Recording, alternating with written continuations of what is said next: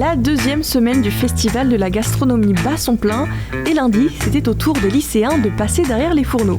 Qui prendra la relève de Jaime Brooks? On vous en avait parlé il y a 15 jours alors qu'il était de retour d'Instal en cuisine à Aix-en-Provence. 6 élèves, 3h45 montre en main pour épater les chefs du festival. Avec leur création, on a poussé la porte des cuisines pour vivre cette épreuve avec eux. Derniers ajustements avant l'envoi des assiettes. Depuis 7h ce matin, les lycéens s'activent en cuisine.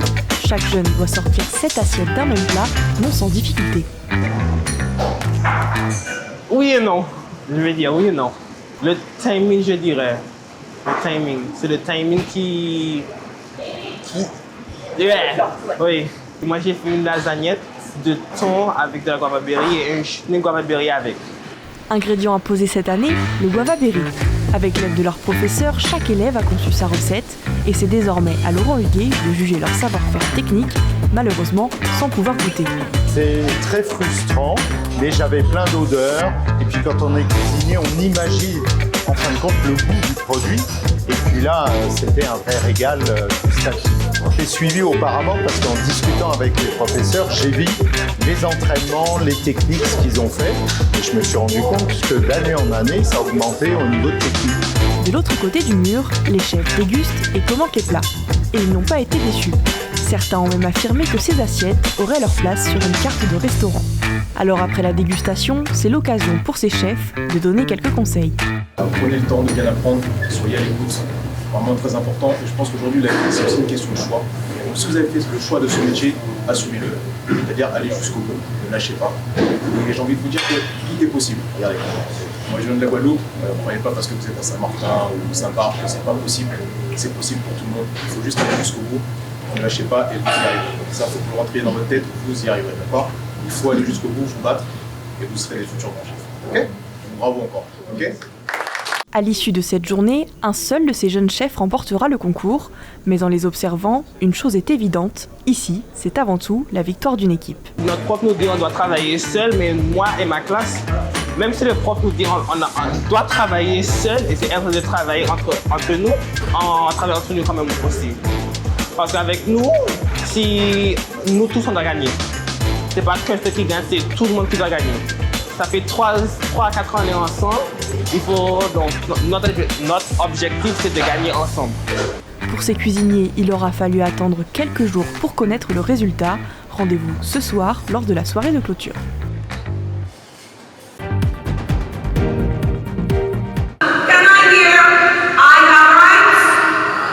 Ambiance studieuse mais aussi pleine d'énergie pour ces collégiens des 4 îles voisines.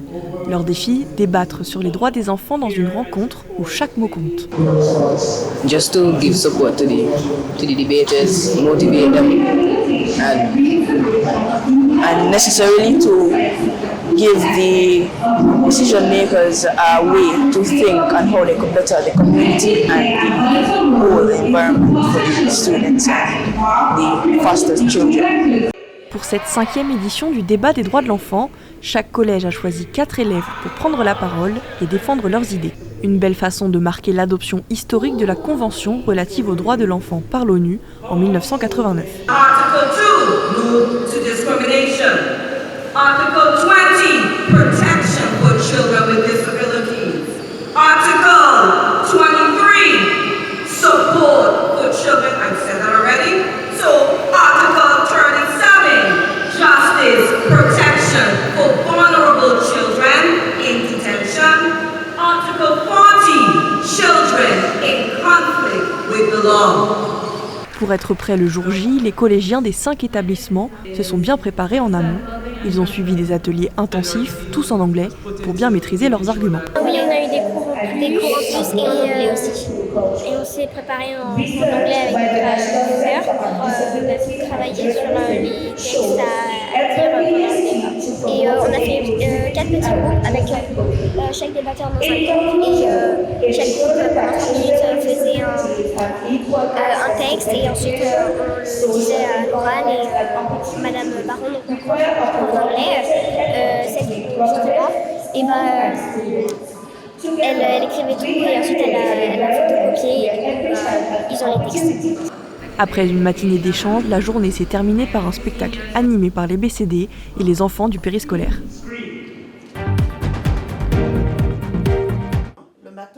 Les services de la maternité et de la pédiatrie ouvrent leurs portes. Au programme durant toute la semaine, des visites de la maternité, mais aussi des ateliers pour les parents et les futurs parents. Le but, faire connaître la maternité et reconnaître ses compétences pour que les parents n'aient plus aucune crainte. Cette semaine était proposée par 2 agents de la maternité et a vite conquis toute l'équipe. On détaille le programme de la semaine et sa nécessité avec quelques-unes des initiatrices. Ce matin, on a eu un atelier avec une psychomotricienne sur le développement de l'enfant, mais aussi sur la prévention des écrans. Cet après-midi, on a un talk show avec les papas. Et au cours de la semaine, on aura des stands sur la maternité évidemment, mais des stands aussi avec nos associations, Lille Hop, Maternité Active, la PMI de Saint-Martin. Voilà, histoire en fait que durant toute cette semaine, les parents soient mis en confiance sur l'établissement et puis aussi sur leur parentalité. Toutes les difficultés, toutes les situations de stress que les parents pouvaient rencontrer au retour à domicile et de leur donner des astuces, des petits points, des repères pour comprendre ce qui pouvait arriver et mettre en place des actions pour être plus serein par la suite.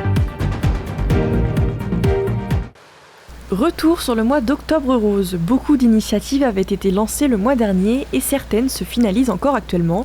L'association Hot & Spicy avait décidé de faire un appel aux couturières expérimentées ou non pour faire des protèges-carnets. Objectif, pouvoir les offrir au service d'oncologie de l'hôpital. Au total, ce sont 102 réalisations qui vont redonner le sourire aux malades. Alors pourquoi avoir choisi le protège-carnet ? Explication. Il fallait qu'on trouve quelque chose qui soit facile en fait à réaliser, déjà de 1, qui soit accessible à tout le monde et qui puisse pouvoir sensibiliser quand même pas mal de monde. Donc on est parti en fait sur cette idée de faire quelque chose de différent et d'original aussi. Nous avions mis notre défi à 100. Et nous avons eu 102 carnets qui ont été réalisés et qui sont arrivés de toute provenance métropole, de la Suisse, de l'Allemagne, de l'Alsace, en fait, aussi de la Martinique, de la Guadeloupe et pour la majorité de Saint-Martin. Il y a tout juste une semaine, le tout premier tiers-lieu de Saint-Martin a fait son avant-première à Quartier d'Orléans. Baptisé l'atelier, cet espace unique propose 2 zones distinctes, un atelier technique et un espace de coworking. Ouvert à tous, il se veut un lieu d'interaction, de convivialité et de partage pour toute la communauté.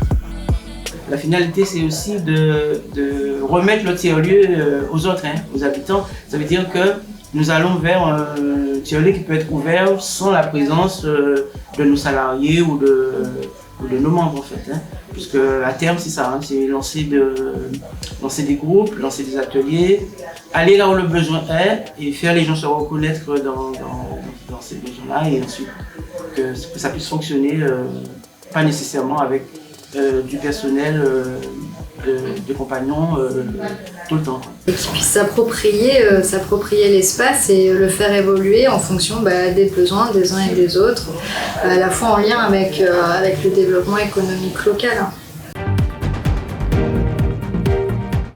Vous la voyez sûrement déjà sortir de terre au-dessus de l'hôpital. La clinique Wataki ouvrira ses portes au premier trimestre de 2025. Lors d'une visite officielle, nous avons découvert cet établissement réparti sur 5 niveaux et 5000 m², dont 3 consacrés aux activités médicales. Cette clinique de rééducation accueillera des patients pour des séjours prolongés d'1 mois ou plus, comblant un manque crucial sur l'île où il n'existe aucun service de soins de suite médicalisé. Mais alors, qui se trouve derrière le financement de ce projet ambitieux ? Alors, c'est un établissement qui a été financé par le privé, bien sûr en fonds propres. Le groupe Maniukani est une structure, que vous le savez, assez importante en Guadeloupe, puisque c'est un groupe qui a actuellement plus de 450 salariés et sur un certain nombre de structures, notamment 6 établissements de santé. Et fort de cela, nous avons proposé de venir nous installer à Saint-Martin pour cet établissement. Donc en termes de chiffres, c'est quand même plus de 20 millions d'investis et aussi des emplois, puisque beaucoup d'emplois aujourd'hui sont dans le bâtiment. Le bâtiment, c'est très très important à Saint-Martin.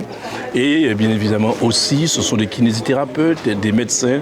Nous avons déjà des personnels qui viennent de Saint-Martin et qui étaient à l'extérieur, qui ont déjà rejoint notre équipe. Et c'est donc environ 120 salariés qui fera donc cet établissement un des plus gros pourvoyeurs d'emploi sur la zone.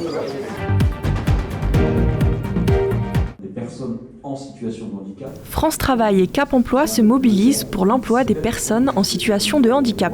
Dans le cadre de la Semaine européenne pour l'emploi des personnes handicapées, les rencontres du handicap se tiennent aujourd'hui à la CCI. Au programme des échanges ouverts au public et une action de recrutement dès ce matin pour favoriser l'emploi des personnes en situation de handicap. Une initiative qui met en lumière l'importance d'un recrutement inclusif sur notre territoire. Alors, je suis une personne en situation de handicap, mais moi j'ai les deux casquettes. Je suis adulte handicapé et je suis en invalidité de 2e catégorie. Dans mes problèmes de santé, j'ai eu la chance d'avoir maintenant ça s'appelle France Travail, mais avant c'était la NPE, qui m'a énormément soutenue. J'ai eu aussi un soutien de ma famille évidemment. Et puis à Saint-Martin, quand je suis arrivée, j'ai eu le soutien des compagnons bâtisseurs. C'est important de montrer que le handicap n'est pas un frein à l'emploi. Le handicap, mes handicaps, parce que j'ai plusieurs choses, mes handicaps me donnent la force d'avancer.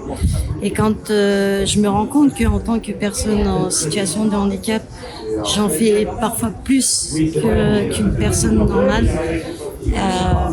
ça m'apporte de la fierté.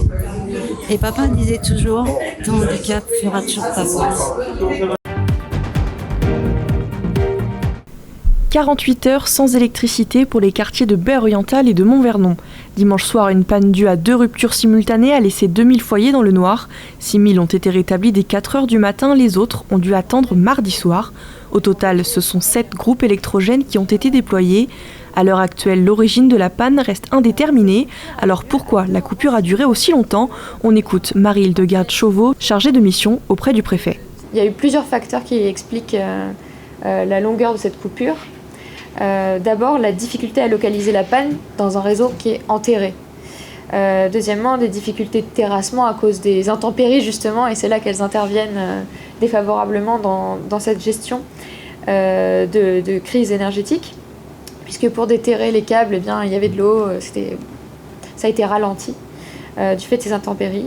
Et enfin, du fait du temps incompressible des réparations, bien que les équipes d'EDF aient été à pied d'œuvre, y compris la nuit, pour rétablir le courant, rétablir l'électricité. Ils ont dû poser un nouveau câble, donc ce qui a nécessité des travaux assez lourds. La troisième conséquence de cette coupure, c'est la mise hors tension d'une antenne, une antenne relais à la baie orientale, avec une coupure du réseau téléphonique que les personnes aussi, les habitants de ces quartiers ont remarqué, et qui s'explique par l'absence de batterie sur ces antennes relais. Donc c'est pourquoi nous avons indiqué à EDF qu'il fallait remettre en priorité sous tension cette antenne pour permettre les appels de secours.